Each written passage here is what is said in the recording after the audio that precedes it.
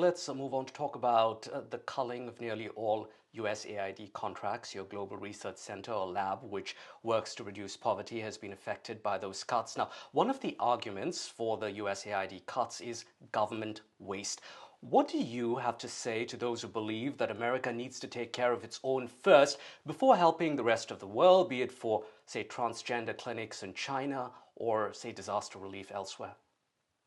I think this idea that most of the money was going to transgender clinics in China, by the way, which I have entirely support personally, is really ludicrous. I think most of the money was going for purposes that most American people support, which is saving lives of PEPFAR was a is a Republican initiative.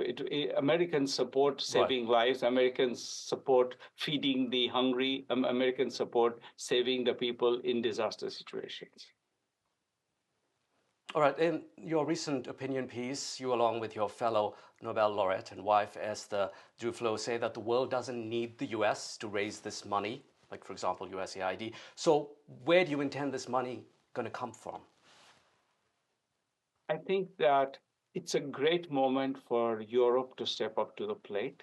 I think that they have I think President Trump is right in saying Europe has in some ways surrendered its leadership in the world. It's not taken a lot of initiatives to kind of lead the world. I think it's a moment to lead the world. There is lots of there is lot. It's not a lot of money.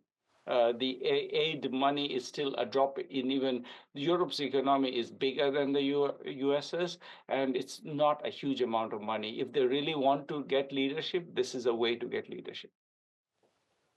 And is it also time for countries like we saw in China, for example, what it did with helping with the earthquake relief in Myanmar, or India for that matter, really stepping up and claiming some of that soft power here that the US could potentially lose out on?